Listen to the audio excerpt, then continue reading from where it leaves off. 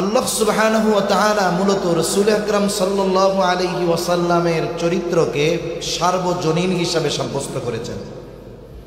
এমন এক উত্তম চরিত্র, এই চরিত্র যদি বেঈমানও অনুসরণ করে সে দুনিয়ায় সফল, আর এই চরিত্র যদি ইমানদার অনুসরণ করে দুনিয়ায়ও সফল আখিরাতেও সফল। ঠিক কিনা বলেন?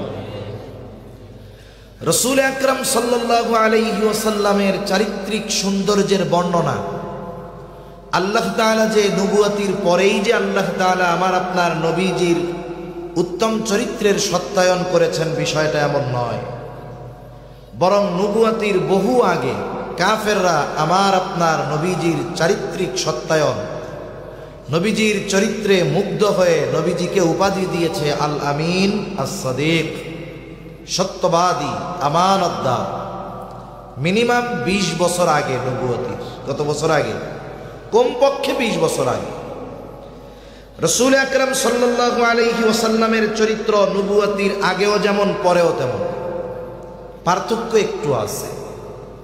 বলে কি পার্থক্য? একটা উদাহরণ দিলে বুঝতে সহজ হবে। প্রথমে আর একটু বিষয় জানি যে আল্লাহ তাআলা আমার আপনার নবীজির মাধ্যমে নবুয়তির আগে এমন কোনো কাজ সংগঠিত হতে দেন নাই। নবুয়তির আগে এমন কোনো কাজ নবীর দ্বারা আল্লাহ তাআলা সংগঠিত হতে দেন নাই যেই কাজটা বা যেই বিষয়টা নবুয়তির পরপর অথবা বহু পরে হারাম করা হয়েছে। যেমন বলেন তো, মদ এটা কি নবুয়তির পরপরই হারাম হয়েছে নাকি? বুঝেন নাই? হয়তো অনেকের জানা নেই। নবুয়তির পর পর মদ হারাম হয় নাই, অনেক পরে 4 ধাপে আল্লাহ তাআলা মদ হারাম করেছেন। তার মানে নবুয়তির পরে সাহাবায়ে কেরাম মদ পান করেছেন দীর্ঘকাল। কেউ একথা বলতে পারবে না যে নবুয়তির পরে তো বহুদূর, নবুয়তির আগে আমার আপনার নবী কোনোদিন মদ পান করেছেন। একথা নবীর দুশ্মন যারা এরাও বলতে পারবে না। সোজা কথাই হলো, শরীয়তে ইসলামে যত কিছু নিষিদ্ধ আছে এটা নবুয়তির পরপর হোক অথবা বহু পরে করা হোক, এমন কোন কাজ আল্লাহ তাআলা আমার আপনার নবীজির মাধ্যমে নবুয়তির আগে সংগঠিত হতে দেন না। আপনারা কি কথা বুঝতেছেন? একটু জবাব টবাব দিয়েন, নাকি শক্তি টক্তি সব সুলতানুল ওয়াইজিনের জন্য রাখতেছেন? একটু জবাব দিয়ে নেন। কেন আল্লাহ তাআলা হেফাজত করেছেন? সাধারণ একটা কারণ বলি, কমন কারণ যেটা আমাদের মধ্যেও দেখা যায়। মনে করেন 20 বছরের একটা যুবক, 20 বছর পর্যন্ত এমন কোনো পাপ নাই এই ছেলেটা করে নাই। এলাকায় তাবলীগের সাথী ভাইরা আসছে, ছেলেটারে কোনো মতো বুঝায়া টুজায়া 3 চিল্লায় নিয়ে গেছে। একটানা 4 মাসের অধিক সময় দ্বীনী পরিবেশে থাকার পরে তার মধ্যে যত ময়লা ছিল সব ক্লিয়ার।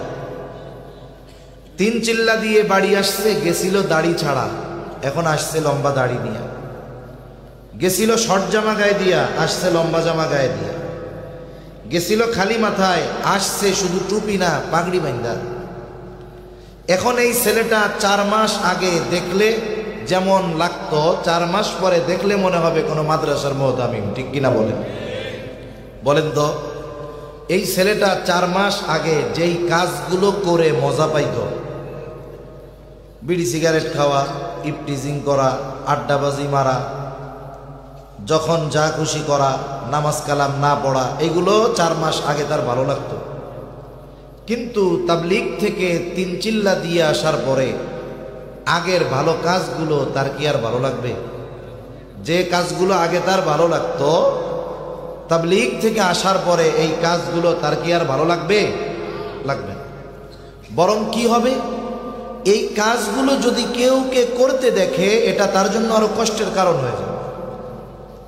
আসছে বাড়িতে, আজান দিয়েছে নামাজের সময়, মসজিদের দিকে আগে আগে রওনা দিয়েছে।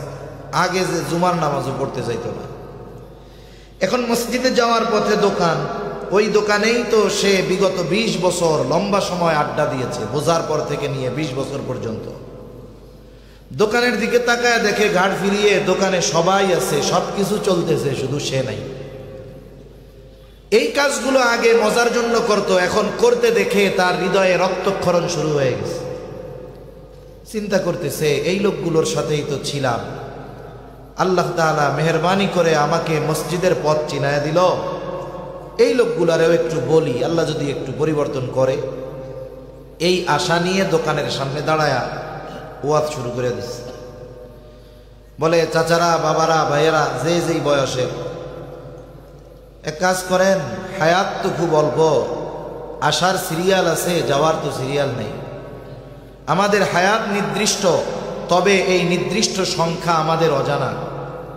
হায়াত শেষ হলে সুস্থ থাকলেও বাঁচব না, হায়াত যদি না শেষ হয় অসুস্থ হলেও মরব না। কিন্তু আল্লাহ তাআলা এই দুনিয়ায় অল্প সময় আমাদের বিনা কারণে পাঠান নাই। আসেন, যেই আল্লাহ আমাদেরকে তার গোলামি করার জন্য পাঠিয়েছেন, এই অল্প দিনের হায়াত হেলায় খেলায় নষ্ট না করে আসেন আমরা এখন থেকেই মসজিদে যাই, নামাজ পড়া শুরু করে দিই। কথা কি মন্দ না ভালো? খুব ভালো। কিন্তু এই কথাটা সে বলার পরে দোকানের মধ্যে শ্রোতার মনোভাব হবে দুই ধরনের। এক ধরনের লোক চিন্তা করবে কথা ঠিক, হয়তো তৎক্ষণাৎ ওর সাথে বলবে চলো মসজিদে যাই। আর এক দল মুখ একটু বেংসি কাইটা বলবে, এত বুজুর্গিগিরি দেখাইও না, 6 মাস আগে তুমি কি করছো? এরকম বলার লোক আছে না নাই? আল্লাহ তোমারে হেদায়েত দিছে, টাইম হইলে আমাকেও দিব, এত ওয়াজ করো না, যাও। এরকম বলার লোক তো কমপক্ষে আপনাদের এদিকে নাই, আলহামদুলিল্লাহ। দেখেন, আল্লাহ তাআলা চান না যে নবী বলবে সুদ হারাম, ঘুষ হারাম, মদ হারাম, আর কাফেরদের এই কথা বলার সুযোগ থাকবে, মুহাম্মদ কিছুদিন আগে তুমিও তো এইগুলা করছো। আল্লাহ তাআলা কাফেরদের এই কথা বলার সুযোগ আমার আপনার নবীর ব্যাপারে রাখেন নাই। সুবহানাল্লাহ। কেমনে হেফাজত করেছেন একটা উদাহরণ দেই, বুঝতে সহজ হবে। তাহলে নবীজি তখন বালক, 10, 11, 12 বছর বয়স। মক্কার মধ্যে একটা বিবাহ অনুষ্ঠান হবে, ব্যাপক আয়োজন। ওই বিবাহ অনুষ্ঠানের প্রধান আকর্ষণ হলো রাতের বেলা খাওয়া দাওয়ার পর সারা রাত ব্যাপী নাচ গান চলবে। যেহেতু দাওয়াত সবার, নবীজি বালক মানুষ, বালক ছেলে, সবার সাথে উনিও গেছেন দাওয়াতে। খাওয়া দাওয়া শেষ, এক জায়গায় বসে আছে, অপেক্ষা করতেছে সবাই কখন ঘোষণা আসবে যে এখনই গান বাদ্য শুরু হবে। নবীজি বলেন, সবাই অপেক্ষা করতেছে, হঠাৎ একজন ঘোষণাকারী ঘোষণা দিচ্ছে, এই তোমরা কে কোথায় আছো, সবাই ওই জায়গায় জড়ো হও। অল্প কিছুক্ষণের মধ্যেই নাচ গানের আসর শুরু হয়ে যাবে, আগে গেলে আগে বসা যাবে। এই চিন্তা করে সবাই দৌড়াদৌড়ি করে হুড়মুড়িয়ে কে কার আগে গিয়ে মঞ্চের কাছাকাছি বসবে। ওইটা তো আর ওয়াজ মাহফিল না। ওয়াজ মাহফিলে তো অনেক সময় সামনে 30 জায়গা, পেছনের থেকে যদি বলা হয়, পেছনের ভাইরা, বাবারা, বুড়া মানুষ যা হোক, যুবকরা একটু সামনে আসেন, 20 বার বলার পরেও একটুও নড়ে না। আসে না এরকম অনেক জায়গায়? তখন আমার একটা জিনিস চিন্তা হয় যে আমি এদেরকে হয়তো কথাই বলবো যে ভাই সুদ খাইয়েন না, ঘুষ খাইয়েন না, অন্যেরটা ভোগ করেন না। তা যেই মানুষগুলা আমার কথায় 3 হাত পিছনে বসা, 3 হাত সামনে আসে না নইরা, এরা আমার কথায় সুদ ছাড়বে? বলেন তো, এরা কি আমার কথায় ঘুষ ছাড়বে? তাই চিন্তা করি মাঝে মধ্যে আর কি, যে যারা 3 হাত সামনে আসে না, ও ঘুষ সুদ ছাড়বে এত সহজে? তা সবাই দৌড় শুরু করছে। নবীজির 2 চোখ জুড়ে ঘুম চলে আসছে, গোটা দেহ কেমন যেন অবশ হয়ে আসতেছে। নবীজি বলেন, আমার সাথে যারা, এরা আমারে বলতেছে, মুহাম্মদ তাড়াতাড়ি আসুন, এনে জায়গা তো পাবো না। কিন্তু আমি তো নড়তে চড়তে পারতেছি না। এই অবস্থায় আমাকে দেখে রেখে ওরা চলে গেছে সবাই। নবীজি বলেন, ওরা যখন আমাকে রেখে চলে গেছে, আমি এই বাড়ির এক প্রান্তে শুয়ে পড়েছি, ঘুমিয়ে গিয়েছি। সারা রাত অতিবাহিত হয়ে গেছে, আমার কোনো খবর নাই। সকালবেলায় সূর্যের আলো যখন আমার চোখের উপরে পড়েছে, আমার ঘুম ভেঙে গেল। উঠে দেখি কেউ কোথাও নাই। সারা রাত কি হয়েছে আমার কোনো খবর নাই, একটু আওয়াজও আমার কান পর্যন্ত পৌঁছায় না। রাসূল আকরাম সাল্লাল্লাহু আলাইহি ওয়াসাল্লামের চরিত্র নবুয়তির আগেও যেমন পরেও তেমন, তবে তফাৎটা কোথায়? বলে আপনি 10 বছর আগে সৌদি আরব থেকে, দুবাই থেকে হলমার্কের একটা বিস্কিট নিয়ে আসতেন, স্বর্ণের বিস্কিট, 8 ভরি 9 ভরির স্বর্ণ। 10 বছর আগে ওটাকে এনে সুন্দর মতো কাপড়ে পেঁচিয়ে আলমারির ভিতরে লুকায় রাখছেন, বাহিরও করেন নাই, কোনো গহনাও বানান নাই। 10 বছর পরে যখন এই স্বর্ণের টুকরা অথবা বারটা বের করা হবে, বলেন তো এটার উজ্জ্বলতা কেনার সময় যেমন ছিল তেমনটা আর থাকবে নাকি? উজ্জ্বলতা চলে যাবে, মনে হবে কেমন যেন তামা। যদিও উজ্জ্বলতা থাকবে না, কিন্তু দাম কিন্তু কমবে না। স্বর্ণকারের কাছে নিয়ে শুধু একটু আগুনে পোড়াবে অথবা অ্যাসিড পানিতে চুবনি দিবে, সাথে সাথে আবার উজ্জ্বলতা ফিরে পাবে। তার মানে স্বর্ণের উজ্জ্বলতা কম থাকলেও এর দাম কিন্তু কমে না। নবীজির নবুয়তির আগের চরিত্র যদি হয় স্বর্ণ, ওই স্বর্ণটা হলো উজ্জ্বলতা একটু কম, কিন্তু দাম কম নয়। কিন্তু আল্লাহ তাআলা আমার আপনার নবীকে যখন নবুয়তির কুদরতি পানি দ্বারা ধৌত করে দিলেন, এটা একটা পরিভাষা বলতেছি আর কি। তার মানে এই চরিত্রটাকে যখন নবুয়তির পবিত্র পানি দ্বারা ধৌত করে দিলেন, স্বর্ণকারের কাছে অ্যাসিড পানি দিয়ে ধৌত করলে স্বর্ণতা আর উজ্জ্বলতা ফিরে পায়, এর কারণে দাম বাড়ে এমনটা নয়। নবীজির নবুয়তি এই কুদরতি পানি দ্বারা যখন আল্লাহ তাআলা নবীর চরিত্রকে ধৌত করে দিয়েছে, উজ্জ্বলতা বেড়ে গেছে। বলে কত বাড়ছে? বলে নবুয়তির আগে নবীর চরিত্রে মুগ্ধ হয়েছে শুধু মক্কাবাসী, আর নবুয়তির পরে আমার আপনার নবীর চরিত্রে মুগ্ধ হয়েছে গোটা বিশ্ববাসী। রাসূল আকরাম সাল্লাল্লাহু আলাইহি ওয়াসাল্লামের চরিত্র এইরকম এক চরিত্র। কাফেররা আমার আপনার নবীজিকে বারবার হত্যার অপচেষ্টা করেছে, একবার নয় বারবার। নবীজি নামাজে সেজদায় গিয়েছেন, উটের নাড়ি ভুড়ি এনে নবীজির উপরে চাপিয়ে দেওয়া হয়েছে। নবীজিকে মোটা কাপড় দিয়ে শক্ত করে গলায় পেঁচিয়ে ধরা হয়েছে, যাতে শ্বাস বন্ধ হয়ে মারা যায়। আবার সব গোত্র থেকে এক একজন প্রতিনিধি নিযুক্ত করা হয়েছে নবীজিকে হত্যা করার জন্য। কাফেররা বারবার নবীজিকে হত্যার অপচেষ্টা করেছে ঠিক, কিন্তু আমার আপনার নবীজির চরিত্রের ব্যাপারে অপবাদ দেওয়ার দুঃসাহস তারা কখনো করতে পারে না। সাধারণত একটা মানুষকে যদি মানুষের থেকে ফিরিয়ে রাখতে হয়, কথার কথা, আপনারা একজন মানুষকে খুব বিশ্বাস করেন, ভালোবাসেন, খুব মোহাব্বত করেন, যদি এই মানুষ থেকে আপনাদেরকে দূরে সরাতে হয়, অথবা যদি তাকে আপনাদের কাছে খারাপ হিসেবে তুলে ধরতে হয়, তাহলে সবচাইতে বড় আঘাত হবে ওই ব্যক্তির চরিত্রের উপরে আঘাত। কাফেররা বারবার নবীজিকে হত্যার অপচেষ্টা করছে, কিন্তু নবীজির চরিত্রের ব্যাপারে অপবাদ দেওয়ার দুঃসাহস করতে পারে না। মনে করেন কথার কথা আমারে দিয়েই বলি, মনে করেন আপনারা আমার কাছে সামনে এসে বৈশা ওয়াজ শুনতেছেন। এখন যদি কোনো বিশ্বস্ত সূত্রে আপনারা খবর পান যে হুজুরে ওয়াজ করে, এটাই মাঝে মধ্যে মিথ্যা কথা কয়, বলেন তো এতটুকু ত্রুটির কারণে আমার প্রতি আর এখন যেই আস্থা মহব্বত আছে, যারা আমারে ভালোবাসে, এতটুকু ত্রুটি শুনলে আমার প্রতি তাদের মহব্বত ভালোবাসা একটু হলেও কমবে। কেউ বলবে না না, কেউ বলবে আরে মিয়া যে কইছে মানে মিথ্যা কথা কয় না, ওনার কাছের লোক, তার মানে ওনারে মিথ্যা কথা কওয়ার দোষ আছে। আর এক গ্রুপ বলবে কিছু রটে কিছু বটে, কিছু না হইলে কি কইছে। তার মানে আমাদের চরিত্রের ব্যাপারে যদি কেউ অপবাদ দেয়, অপবাদ মানে যেই দোষ আমার মধ্যে নাই, এটা যদি মানুষের সামনে বলে, কিছু মানুষ বিশ্বাস করে নিবে। কিন্তু বলেন তো, এই পৃথিবীতে 500 কোটির উপরে অমুসলিম, 200 বা 250 কোটি মুসলিম। এই পৃথিবীর 500 কোটি অমুসলিম তার নবীর চারিত্রিক ব্যাপারে কোনো অপবাদ দেওয়ার দুঃসাহস করে। যেই মুসলমানের অন্তরে ন্যূনতম ঈমান আছে, বলেন তো নবীর ব্যাপারে এই অপবাদ সে কি বিশ্বাস করবে? বিশ্বাস তো বহুদূর, তার অন্তরে ন্যূনতম সংশয় আসবে না। বরং মন কি চাইবে?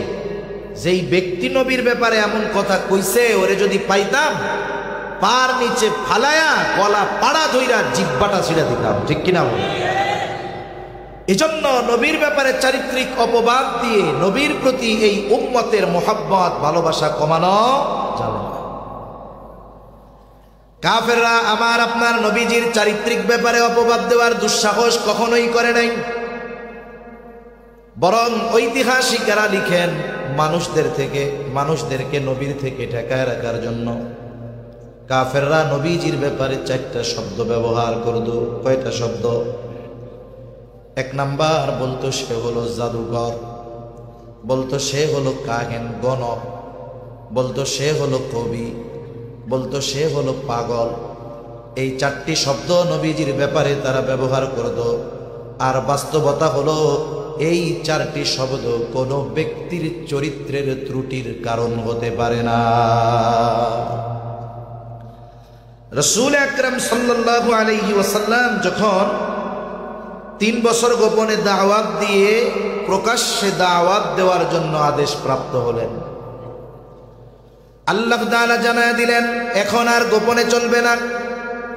আপনার আশেপাশে পাড়া প্রতিবেশী আত্মীয় স্বজন যারা আছে তাদের সকলকে দাওয়াত দেন।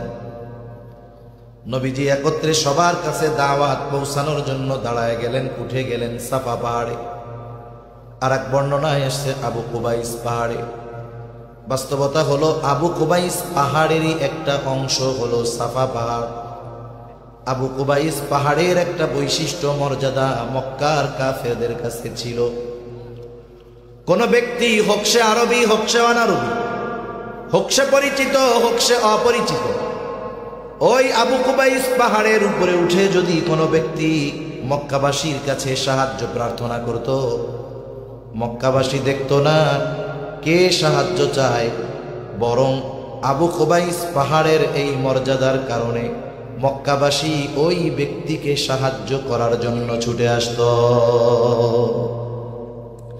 নবীজি আজকে দাঁড়িয়েছেন আবু কুবাইস পাহাড়ের অংশ সাফা পাহাড়ের উপর, যেখানে একজন অপরিচিত মানুষ ডাক দিলে সবাই ছুটে আসে সাহায্য করার জন্য। আজকে এখানে দাঁড়িয়েছে আল আমিন, আজকে সবাইকে ডেকেছে আস-সাদিক। দলে দলে সবাই পাহাড়ের পাদদেশে চলে আসছে। দুধের শিশু কোলে নিয়ে মা চলে আসছে, বুড়া গুড়া সবাই হাজির হয়ে গেছে। বলে, ও মুহাম্মদ, তুমি কেন আমাদেরকে এখানে একত্রিত করেছো, কেন জমা করেছো? নবীজি বলেন, আমি যদি তোমাদেরকে এই খবর দেই, এই পাহাড়ের পেছন দিকে পাদদেশে একদল অশ্বারোহী সৈন্য তোমাদের উপরে আক্রমণ করার জন্য প্রস্তুতি নিচ্ছে, আকুনতুম মুসাদ্দিকিয়া, তোমরা কি আমার এই কথা সত্যায়ন করবা নাকি, বিশ্বাস করবা নাকি? নবীজি তাদের কাছে প্রশ্ন ছুড়ে দিলেন। নবীজি সাল্লাল্লাহু আলাইহি ওয়াসাল্লাম প্রশ্ন করবার পরে সকলে সমস্বরে জবাব দিয়ে বলে, মুহাম্মদ, কেন নয়? কারণ ইতিপূর্বে তোমাকে আমরা সব সময় সত্যবাদী পেয়েছি। তার মানে এই 43 বছরের হায়াতে তুমি আমাদের সাথে একটাও মিথ্যা কথা বলো না। এই 43 বছরে নবীজি একটা মিথ্যা কথাও বলে নাই। এটা কি সাধারণ এক ব্যাপার? সাধারণ ব্যাপার? সাধারণ ব্যাপার না, এটা অসাধারণ একটা ব্যাপার। রাসূল আকরাম সাল্লাল্লাহু আলাইহি ওয়াসাল্লাম এবার দাওয়াত পৌঁছায় দিলেন সকলের কাছে। ওই জাহেলিয়াতের সময় তখনও প্রতি বছর হজ অনুষ্ঠিত হতো। পৃথিবীর বিভিন্ন প্রান্ত থেকে মানুষ বাইতুল্লাহ জিয়ারতের জন্য আসতো। কাফেররা চিন্তা করলো, আহারে, মুহাম্মাদের এই কার্যক্রম তো এখন মক্কার মধ্যে সীমাবদ্ধ রয়েছে। হজের সময় যদি পৃথিবীর বিভিন্ন প্রান্ত থেকে মানুষ আসে, আর যদি মুহাম্মদ তাদেরকে তার দলে ভিড়ায় নেয়, তাইলে তো তার লোক সংখ্যা বেড়ে যাবে। কি করা যায়? বলে, মানুষদেরকে মুহাম্মাদের থেকে ঠেকাতে হবে। পরামর্শ হয়েছে কি করবা? বলে মক্কা প্রবেশের যতগুলো রাস্তা আছে প্রত্যেক রাস্তার মাথায় আমাদের কর্মী নিয়োগ করে দিব, প্রতিনিধি নিয়োগ করে রাখবো। যারা এই রাস্তা দিয়ে প্রবেশ করবে মুহাম্মাদের ব্যাপারে তাদেরকে আমরা সতর্ক করে দিব। উত্তর দিকে প্রবেশদ্বারে একদল লোক দাঁড়া করে রাখছে। ওই দিক দিয়ে যারাই আসে তাদের কাছে ওই লোকগুলো বলে, আগন্তুকেরা শোনো, তোমরা তো আসছো হজ করার জন্য মক্কায়, কিন্তু মক্কায় একজন লোক আছে, তার নাম হলো মুহাম্মদ। খবরদার, সে কিন্তু একজন পাগল, তার দ্বারের কাছে যাবা না। উত্তর দিকে প্রবেশ দ্বারে আর এক দল লোককে দাঁড়া করায় রাখছে রাস্তার মুখে, প্রবেশের মুখে। বলে শোনো, মক্কায় একজন লোক আছে, তার নাম হলো মুহাম্মদ, সে কিন্তু একজন কবি, খবরদার তার কাছে তোমরা যাবা না। পূর্ব দিকের প্রবেশদ্বারে একদল লোক দাঁড়া করায় রাখছে। যারাই আসে সে ঘোষণা করে বলে, শোনো, মক্কায় একজন লোক আছে, তার নাম হলো মুহাম্মদ, খবরদার সে কিন্তু একজন গণক, তার কাছে কেউ যাবা না। পশ্চিম দিকের প্রবেশদ্বারে আর একদল লোক দাঁড় করায় রাখছে, সতর্ক করতেছে আওয়াজ করে, বলে শোনো, মক্কায় একজন লোক আছে, তার নাম হলো মুহাম্মদ, সে কিন্তু জাদুকর, তোমরা কেউ তার দ্বারের কাছেও যাবা না। বলেন তো, কাফেররা তাদের কানে মুহাম্মদ এই শব্দটা পৌঁছানোর আগে পৃথিবীর বিভিন্ন প্রান্ত থেকে যারা আসছে মক্কায়, তারা কি জানতো মুহাম্মদ নামে কেউ আছে? জোরে বলেন না, জানতো? জানতো। কিন্তু আল্লাহ তাআলা অনেক সময় কাফেররে মিডিয়া হিসেবে ব্যবহার করে, বলে কত ঝামেলা, তোরাই এই কামটা কর, তোগো মুখ দিয়ে এই মুহাম্মদ শব্দটা আমি মানুষের কানে পৌঁছায়া দিই। এখন ওরা চিন্তা করছে, মক্কা শহরে ঢুইকা দেখে এক আওয়াজ, মুহাম্মদ মুহাম্মদ সাল্লাল্লাহু আলাইহি ওয়াসাল্লাম। এখন চিন্তা করে, এই শুনলাম মুহাম্মদ নামে নাকি একজন বড় জাদুকর আছে রে। যারা কবিতা প্রেমী এরা বলে বড় একজন কবি বলে আছে। যারা আর কি হাত চাঁদ দেখায়, ভাগ্য গণনা করে, কয়েকজন গণক বলে আছে, আর একজন কয় জাদুকর বলে আছে, চল জাদু দেখে আসি। ওরা করছিল মানা যে যাইস না, আর ওরা মক্কা শহরে ঢুইকাই খোঁজে মুহাম্মদ কোথায়। সুবহানাল্লাহ। ওরা চেয়েছিল মুহাম্মদ থেকে ওদেরকে ফিরিয়ে দিতে, আর আল্লাহ তাআলা ওদের মাধ্যমে আমার আপনার নবীর পরিচয় আল্লাহ তাআলা ওদের কর্ণকুহরে পৌঁছায়া দিছে। এইবার দলে দলে মানুষ নবীজির কাছে যায়, কেউ কবিতা শোনার জন্য, কেউ জাদু দেখার জন্য, কেউ গণক মনে করে যায়, আবার কেউ বা জাদু দেখার জন্য যায়। বলেন তো, আমার আপনার নবী কি জাদুকর নাকি? জোরে কন, আমার আপনার নবী কবি নাকি?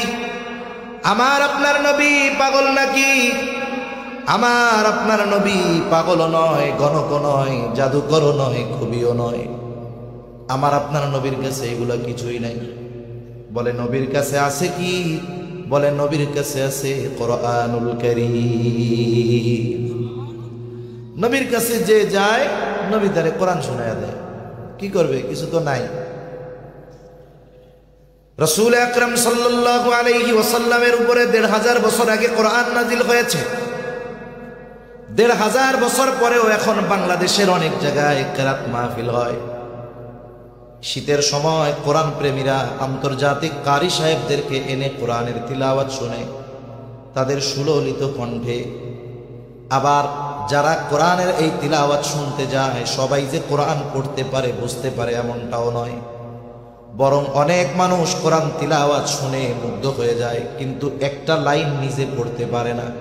আছে না এরকম? আবার কতজন আইসা অভিযোগ দেয়, বলে হুজুর অমুক জায়গায় বড় কেরাত সম্মেলনে গেলাম, কিন্তু একটা কারিরও দাড়ি নেই। আছে না নাই? কি নাই? কয় দাড়ি নেই। আমাদের দেশের মানুষ নিজের দাড়ি না থাকলেও দাড়ি ছাড়া হুজুর পছন্দ করে না। মনে করেন এক আল্লাহর বান্দা সকালে এক শেপ মারে, বিকালে আর এক শেপ মারে। এখন গেছে মসজিদে নামাজ পড়তে, এক মসজিদে ঢুকছে, এখন দেখে ইমাম সাহেবের ওই অবস্থা, হেরো নাই। বলেন তো, ওই দাড়িবিহীন লোক ওই দাড়িবিহীন ইমামের পেছনে নামাজ পড়বে? ইমাম রে না খেদানো পর্যন্ত ওর পেটের বাত জমবে, অথচ দাড়ি ওরই নেই। তার মানে বোঝা গেল দাড়ি নাই ঠিক, কিন্তু দাড়ির প্রতি একটা আলাদা সিম্প্যাথি, মোহাব্বত, ভালোবাসা আছে, ঠিক কিনা বলেন? এই জন্য দেখেন না, নবীর বিরুদ্ধে যখন কোন নবীর দুশ্মন কিছু বলে, ইমানদারেরা যখন ইমানের দাবিতে ফুসলে ওঠে, আমার মতো দাড়িওয়ালা হুজুরের চাইতে অনেক ক্ষেত্রে আমরা দেখি দাড়িবিহীন যুবক নিজের জীবন দেওয়ার জন্য সামনের কাতারে চলে যায়।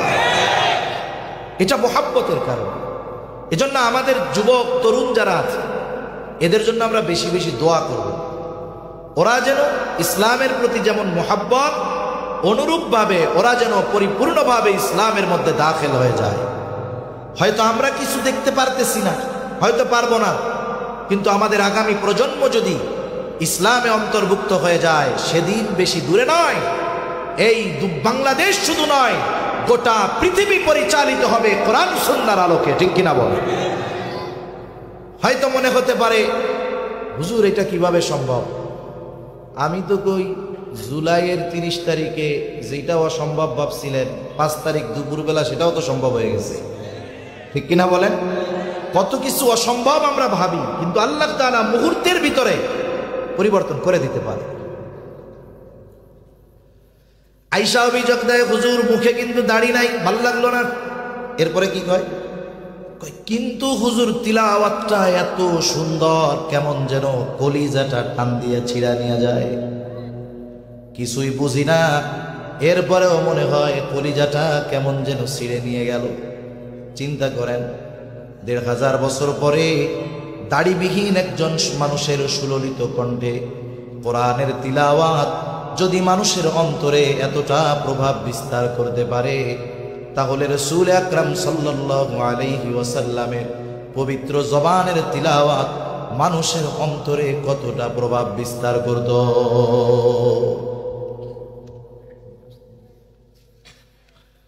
কারি সাহেবরা যখন তিলাওয়াত করে অনেক সময় লম্বা টান দেয় না, একসাথে অনেক দূর বইড়া ফেলে, ফাড়ায় ফেলায় না, টান দেয় এরকম। والضحى والليل إذا سجى ما ودعك ربك وما قلى। ঠান্ডা দিছে, গরম দেয়, আরো টান দেয়। সাইদুল ইসলাম আসাদ ভাই টান দেয়, শেখ আহমদ বিন ইউসুফ আল আজহারি সাহেব পড়ে, কত সুন্দর কানে হাত দিয়া। والضحى والليل إذا سجى ما ودعك ربك وما قلى।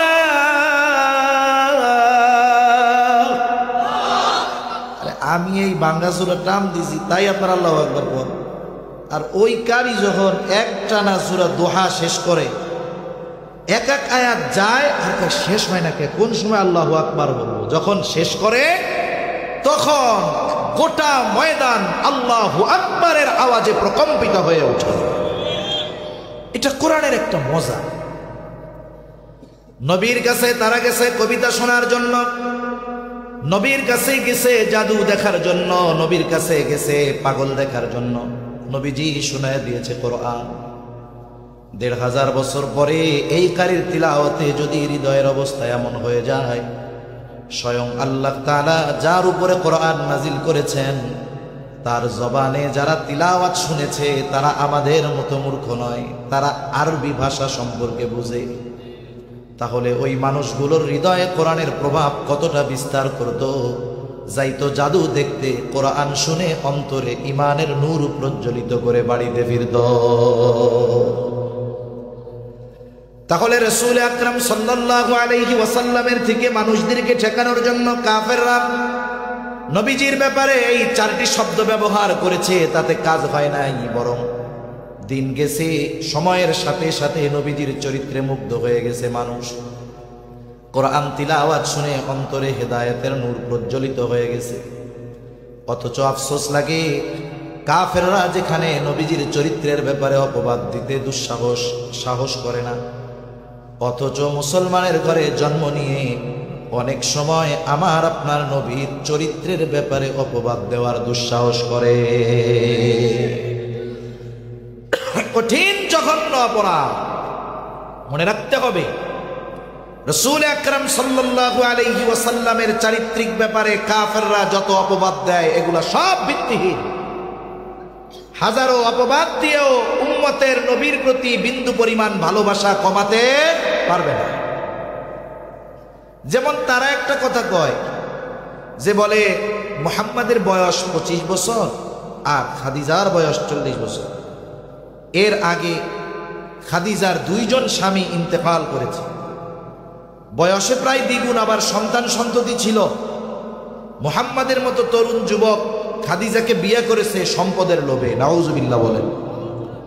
অথচ সিরাতের কিতাব পড়েন, ইতিহাস পড়েন, কি দেখা যাবে যে রাসূল আকরাম সাল্লাল্লাহু আলাইহি ওয়াসাল্লাম খাদিজাকে বিয়ার কথা চিন্তাও করেন নাই, প্রস্তাবও দেন নাই। প্রস্তাব এসেছে খাদিজার পক্ষ থেকে। নবীজের চরিত্রে মুগ্ধ হয়ে খাদিজা প্রস্তাব দিয়েছে, সরাসরি নিজে দেয় নাই, মাধ্যম দিয়ে দেওয়া হয়েছে। যখন খাদিজার 2 জন স্বামী ইন্তেকাল করেছে, খাদিজা চিন্তা করেছে আর বিয়ে শাদী করবে না, এভাবেই বাকি জীবন কাটিয়ে দেবে। স্বামীর কিছু সম্পদ, বাবার কিছু সম্পদ দিয়ে ব্যবসা শুরু করে দিয়েছে। তিনি একজন দূরদর্শী বুদ্ধিমতী নারী ছিলেন। অল্প দিনে ওনার এই ব্যবসায়িক খ্যাতি আরবের ঘরে ঘরে পৌঁছিয়ে গেছে যে একজন মেয়ে আছে খাদিজা, প্রসিদ্ধ ব্যবসায়ী, এবং তার গুণে রূপে মুগ্ধ হয়ে পৃথিবীর অনেক রাজা বাদশাহ বড় বড় ব্যবসায়ীরা তাকে বিয়ের প্রস্তাব দিয়েছে, সব নাকচ করে দিয়েছে যে না বিয়ে শাদী করবো না, বাকি জীবন এভাবে কাটায় দেবে। এই ইতিমধ্যে তিনি আরবের বড় একজন ব্যবসায়ী হয়ে গেছে। ওনার বয়স তখন 37 বছর, নবীজির বয়স 22 বছর। খাদিজা তার ব্যবসার ইতিহাসে সবচাইতে বড় কাফেলা পাঠাবে সিরিয়াতে। কি কাজ? বলে মক্কার যেই সমস্ত পণ্যের চাহিদা সিরিয়ার বাজারে আছে, এই পণ্যগুলো মক্কা থেকে নিয়ে যাবে সিরিয়ায়, আবার সিরিয়ার যেই পণ্যগুলোর চাহিদা মক্কার বাজারে আছে ওই পণ্যগুলো কিনে এনে বিক্রয় করবে মক্কায়। এক্সপোর্ট ইম্পোর্টের ব্যবসা ইতিমধ্যে চলে গেছে। খাদিজা চিন্তা করতেছে সব প্রস্তুত, কিন্তু এই কাফেলার জিম্মাদারি কাকে দেওয়া যায়? বিশ্বস্ত একজন মানুষ দরকার। খুঁজতেছে সে যে আমার একজন বিশ্বস্ত লোক দরকার। ওই বছর মক্কায় একটু দুর্ভিক্ষ ছিল। আবু তালেব আমার আপনার নবীকে বলে, মুহাম্মদ তোমাকে তো সবাই বিশ্বাস করে, তোমার উপাধি আল আমিন। খাদিজা তার ব্যবসায়ী কাফেলার জিম্মাদার হিসেবে একজন বিশ্বস্ত মানুষ খুঁজতেছে। তুমি গিয়া খাদিজার কাছে বলো, খাদিজা আমি তোমার এই ব্যবসায়িক কাফেলার দায়িত্ব নিতে যাই। যে কও। নবীজি বলে না, আমি চেয়ে দায়িত্ব নিতে পারবো না, তবে খাদিজা যদি আমাকে প্রস্তাব দেয় আমি এটা ভেবে দেখব। কারণ দায়িত্ব চেয়ে নেওয়া আর চাপিয়ে দেওয়া দুটো বিষয় এক নয়। কোন বিষয়ের দায়িত্ব যদি আপনাদের মধ্যে মাইকটা চালু করে কই আমার এই দায়িত্বটা দেন, এখন তো আপনারা আমার দিলেন দায়িত্ব, কিন্তু দায়িত্ব পালনে আমি ফেল। আপনারা এবার মাইক নিয়ে কইবেন কি, হুজুর আপনার এই দায়িত্ব নিতে কইছে কে? কাম কাজ নেই, খেয়ে দেয়া মানুষের বাড়ি খেয়ে ওড়ান আর দায়িত্ব নেওয়ার জন্য লাফা, ঠিক না? কিন্তু আপনারা সবাই মিলে আমারে ধরছেন এই দায়িত্ব আপনি নেন নেন। আমি কইছি নিব না। আপনারা কইতেছেন যারে দায়িত্ব নেন, আমরা তো আছি আপনার সাথে, এখন আমারে দায়িত্ব দিচ্ছেন কিন্তু আমি দায়িত্ব পালন করতে পারি নাই। আপনারা কিছু বলার আগে আমি গলা ছাইড়া কমু, দায়িত্ব দিছেন কেন? আমি কি নিতে চাইছি? তার মানে দায়িত্ব চেয়ে নিলে ওই শক্তি থাকে না, দায়িত্ব চাপিয়ে দিলে যেই পাওয়ার পাওয়া যায়। হযরত লোকমান নবী ছিলেন না আলাইহিস সালাম, ওনার নামে সূরাও আছে কোরআনে। ওনার ব্যাপারে আসছে তাফসীরের মধ্যে যে ওনাকে হিকমত অথবা নবুয়ত এই দুটি থেকে একটি গ্রহণ করার জন্য সুযোগ দেওয়া হয়েছে। হিকমত, নবুয়ত, প্রত্যেকটা নবীর পরিপূর্ণ হিকমতওয়ালা। নবুয়তের মধ্যে হিকমত আছে, তার মানে হিকমত নবুয়তের একটা পার্ট, অংশ। আরো কত গুণ আছে নবুয়তের মধ্যে। হযরত লোকমান হিকমত গ্রহণ করলেন, নবুয়ত গ্রহণ করেন নাই। মানুষেরা জিজ্ঞাসা করে, লোকমান নবুয়তের মতো মর্যাদাপূর্ণ বিষয় গ্রহণ করার সুযোগ থাকার পরেও কেন আপনি হিকমত গ্রহণ করলেন? আপনি যদি নবুয়াত গ্রহণ করতেন হিকমত তো এমনি পাওয়া যাইতেন। হযরত লোকমান বলে, শোনো, আল্লাহ তাআলা যদি আমাকে সরাসরি নবুয়াত দিতে চাইতেন তাহলে আমাকে ইখতিয়ার দিতেন না, আমাকে বেছে নেওয়ার সুযোগ দিতেন না, সরাসরি আমাকে নবুয়াত দিয়ে দিতেন। আর ওই নবুয়াতি জিম্মাদারি পালনে যত ব্যবস্থাপনা দরকার সব কিছু আল্লাহ তাআলা করতেন। আর যদি আমি নিজের থেকে নবুয়াতকে বেছে নিতাম, ওই দায়িত্ব পালনে আমার দ্বারা যদি কোনো ত্রুটি বিচ্যুতি হয়ে যাইত তাহলে আল্লাহ তাআলার সামনে জবাবদিহিতার কাঠগড়ায় আমাকে দাঁড়ানো লাগতো। এই জন্য নবুয়াতের মতো দায়িত্ব আমাকে যেহেতু আল্লাহ দেয় নাই, সেহেতু সুযোগ থাকার পরেও আমি গ্রহণ করি নাই। যেমন রাসূলুল্লাহ সাল্লাল্লাহু আলাইহি ওয়াসাল্লাম নবুয়াতির প্রথম দিকে যখন জিবরাইল আলাইহিস সালাম কোরআনুল কারীম নিয়ে আমার আপনার নবীজির কাছে আসতেন, জিবরাইল আলাইহিস সালাম নবীজিকে তিলাওয়াত করে শোনায়। জিবরাইল আলাইহিস সালামের তিলাওয়াত শেষ হওয়ার আগে নবীজি জবান আওড়াইতে থাকে। চিন্তা করে, জিবরাইলের পড়া যদি শেষ হয়ে যায় আর আমি যদি এর মধ্যে সে যা তিলাওয়াত করেছে সেগুলো যদি জমা না করতে পারি, সংরক্ষণ যদি না করতে পারি, যদি ভুলে যাই, তাইলে কি হবে? এই জন্য জিবরাইল আলাইহিস সালাম তিলাওয়াত করে শুনাইতেন আর তিনি জবান আওড়াইতে থাকতেন। আল্লাহ তাআলা তো সব কিছু দেখে।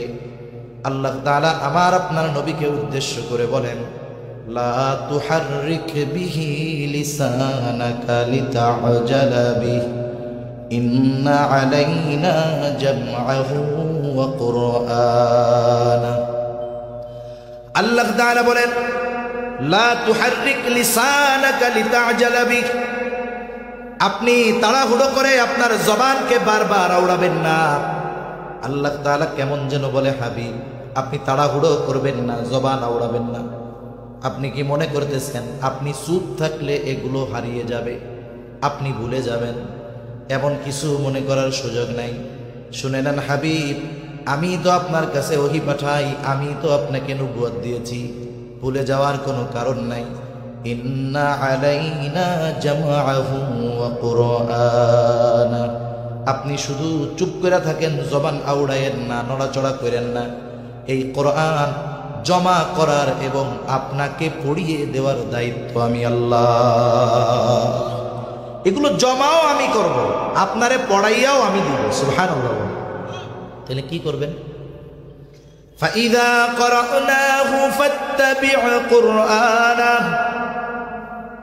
আমি যখন আপনারে তিলাওয়াত করে শোনাই আপনি শুধু শুনতে থাকবেন। তার মানে আমার পক্ষ থেকে জিবরাইল যখন আপনাকে শোনায় আপনি শুধু শুনবেন।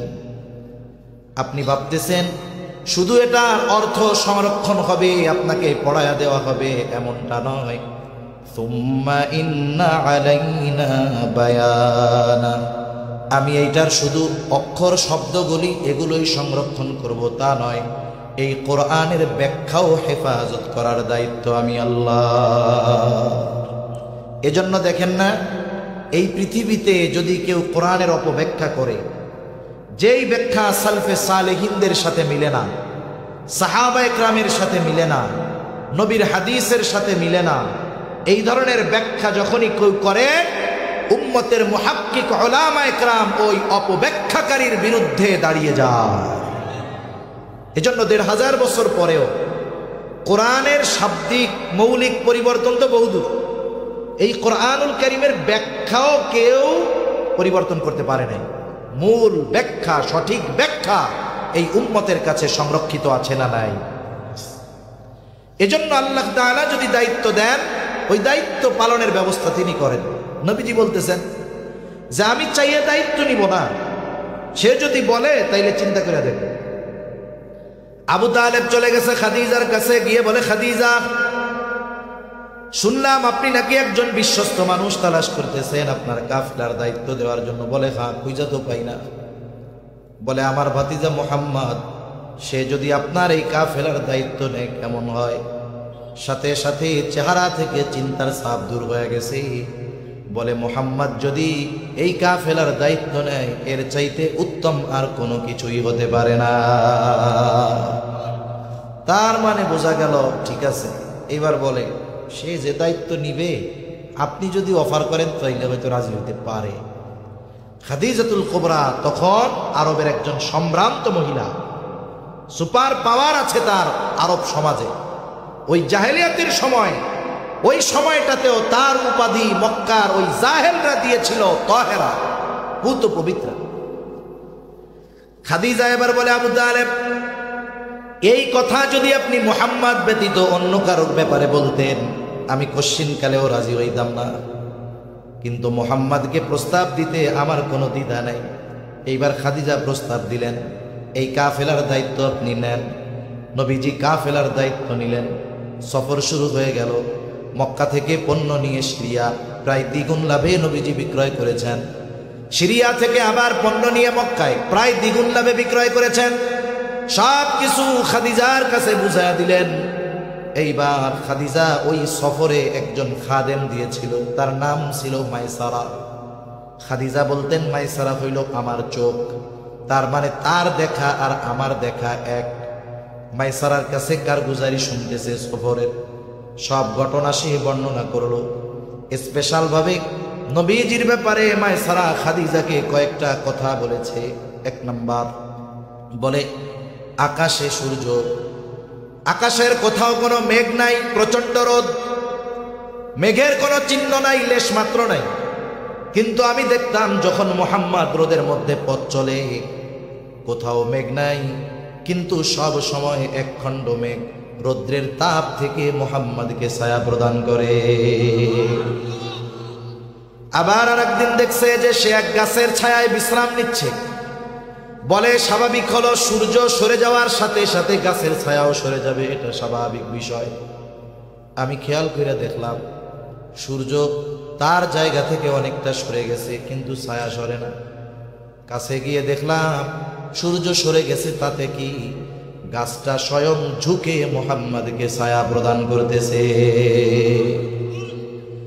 আর এক জায়গায় নবীজি বিশ্রাম নিচ্ছেন,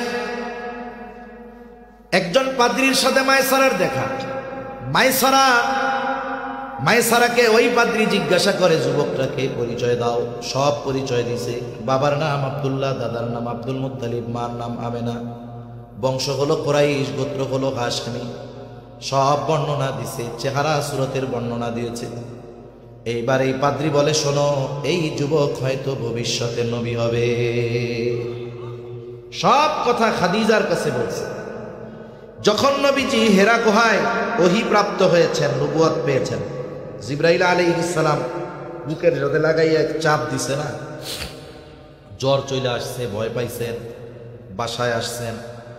আসার পরে খাদিজাতুল কুবরা রাদিয়াল্লাহু তাআলা আনহা নবীজিরে কম্বল দিয়ে মুড়াইয়া দিছেন। এরপরে ওনার এক চাচাতো ভাই ওরাকা বিন নাওফেলের কাছে নিয়ে গেছে। এটা নবুয়তির পরে।